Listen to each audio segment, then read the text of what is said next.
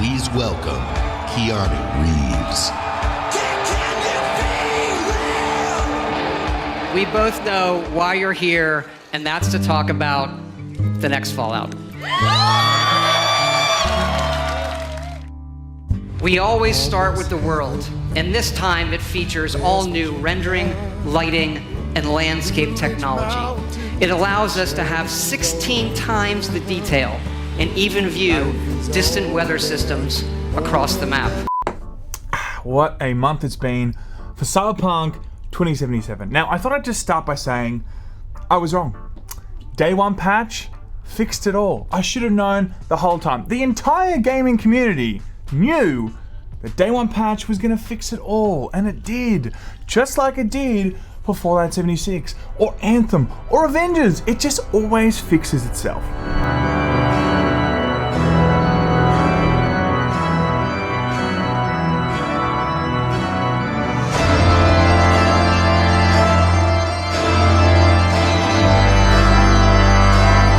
Now, the Cyberpunk saga is moving pretty quick, so let's just try and get you up to speed on everything. There's a hell of a lot that's going on.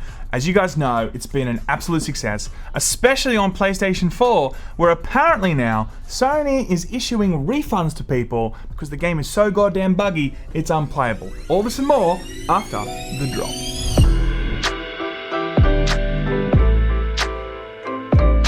Now look, the hype's been gigantic. We all know this, right? Now when I released my review and tried to warn everyone about the bugs, everyone didn't listen. But I'm sure CD Projekt Red absolutely loves the layman right now. A completely bugged out final boss that just stood there and looked at me the whole time. Elevators not working, cut dialogue in the middle of a sentence. The NPC would just look at me and I'm not able to break the cinematic that's taking place. Quests not starting, dialogue options can't be pressed. I really hate that, man. But the gaming community still had hope. They thought that the day one patch may fix it all, okay? But it wasn't until the actual game launched that people could see the state of the game, especially on console. And once people saw that, they went to Metacritic to tell you what they really thought. Walt Disney Pictures presents A Bug's Life. Now, correct me if I'm wrong, but I don't think we've ever seen a CD Projekt Red score that badly in the user score on Metacritic. I think that's a first. And off the back of the unanimous outcry from the gaming community, reviews all calling out the bugs that were sure to be there at launch and the hype that honestly couldn't possibly be met, especially with these bugs, the shares dropped. Now, I originally already covered this a couple of weeks ago actually when the stock price for CD Projekt Red dropped in August to October, about 25%. But it actually crept up again because a lot of people were excited about the game, the hype was real, a lot of people were thinking when this game comes out, oh baby, I want to make sure that I have some of that CD Projekt Red stock. And that's totally understandable. Even before I had reviewed the game, I was thinking, man, when this game comes out, it's going to completely mop the floor of anything else that came out this year. But when it came out, this is what we got. Hallelujah, hallelujah, hallelujah, hallelujah. Roads? Where we're going, we don't need roads. I've seen things you people wouldn't believe. I said it before and I'll say it again. This is actually a great game. If the bugs are taken out, this is going to be one of the most highly polished, atmospheric, amazing experiences that you will play in gaming. There's no two ways about it. I don't think it's game of generation, but I still think it's an amazing game and a game worth playing when it's finally up to the standard that we kind of need it to be to fully experience it. But since that launch and since that original stock price falling about 25% from August to October, it has fallen again and now it's closer to 29%. I'm showing the graph now of how much this game has actually dropped in terms of stock price for CD Projekt Red. That's a massive hit. So not only is CD Projekt Red having to deal at the moment with the loss of goodwill with the gaming community, it's also having to deal with a 29% stock drop in the last 4 or 5 days. It's not been a good month for CD Projekt Red. But out of all of this, one thing rarely happens. Games are buggy, communities are angry, sometimes the Metacritic score is lower than you expected it to be, but one thing rarely happens. Digital refunds given from consoles.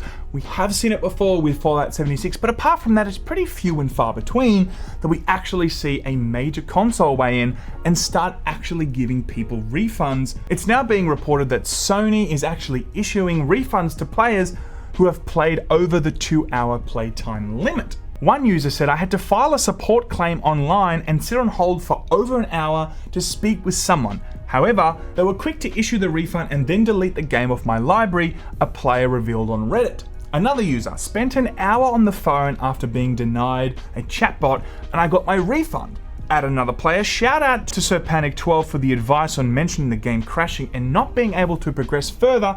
That's pretty much all I had to say. And on top of that, it's also being reported that Sony is issuing a business complaint to CD Projekt Red about the issues. Now, it hasn't been actually confirmed, but it is being reported and it could be true. If it's on layman, it could be true. But for me though, more than anything, Sony even giving a few refunds is an admission that they agree that the game is actually in such a poor state at launch. And after I recorded this, CD Projekt Red went to Twitter to apologize for Cyberpunk 2077. This is what they said. "First of all, we would like to start by apologizing to you for not showing the game on base last-gen consoles before it premiered, and in consequence, not allowing you to make a more informed decision about your purchase.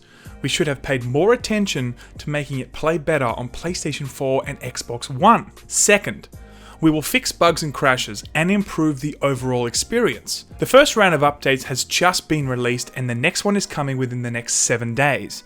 Expect more as we will update frequently whenever new improvements are ready. After the holidays, we'll continue working. We'll release 2 large patches starting with patch 1 in January.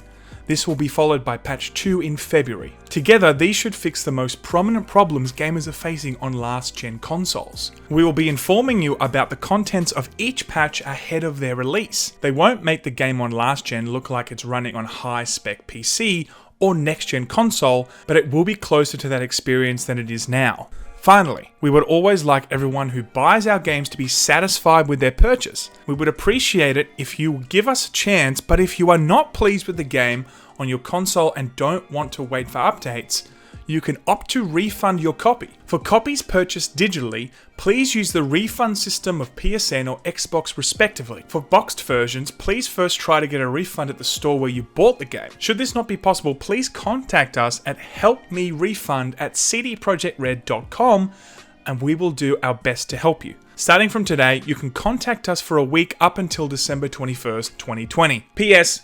PC gamers will also be getting regular updates and fixes improving the game. Now, the original figure that CD Projekt Red was proudly marketing around the gaming community was it had 8 million pre-orders. The thing is, it kind of now becomes a curse, them saying that there's 8 million pre-orders out there, because it really says that there's 8 million people that pre-ordered a game that was not ready for launch. And now a lot of those people are playing an experience that is subpar, buggy, broken, crashing all the time, and it's just not living up to the CD Projekt Red standard that we've all known and loved. And from my research, it seems like the PlayStation 4 original console is the one getting hit with most of the bugs and crashes and overall poor performance. And some of these bugs are just a plain scary big mess.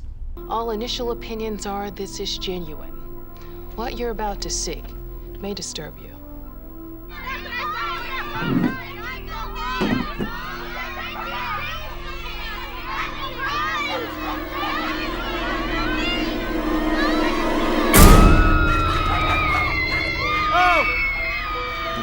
Maybe this was the actual lesson that CD Projekt Red needed to have. You know, they have been laying the golden eggs. They are the golden goose at the moment, you know, more so than Blizzard. Blizzard used to be, you know, the go-to company that you could make sure was going to do the best thing it possibly could by its consumers. Blizzard, it's no longer the case for a lot of people.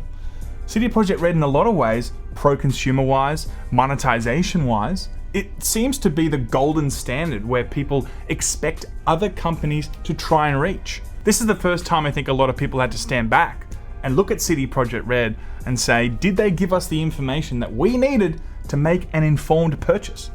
They ultimately didn't give console review code, and I think it's because of this. An extremely buggy experience, and on top of that, maybe other studios are looking on right now to see how CD Projekt Red is kind of going through the ringer and they'll think twice before they bring out their own game that's incomplete, buggy, or not optimized for consoles, because they know they'd run the risk of severely damaging their own reputation. So in that regard, we may see many studios now and other games that were going to come out maybe push back, or at least they'll think twice now before they go down the same route as CD Projekt Red has, because it's severely damaged CD Projekt Red. Probably not forever, but probably for the next couple of years, I would say. But that's it for today. Thank you so much. Love you. Appreciate you. I will see you guys tomorrow, probably, if there's more Cyberpunk news or if there's more news in general. I'll probably be working this week, and then after that, of course, all the studios close down, so there may not be a lot of news. So we'll finish this week, and then we'll take a little break. Be back next year. Why am I giving you the goodbye speech already? We're not doing that yet. I'll see you guys probably tomorrow. Later now.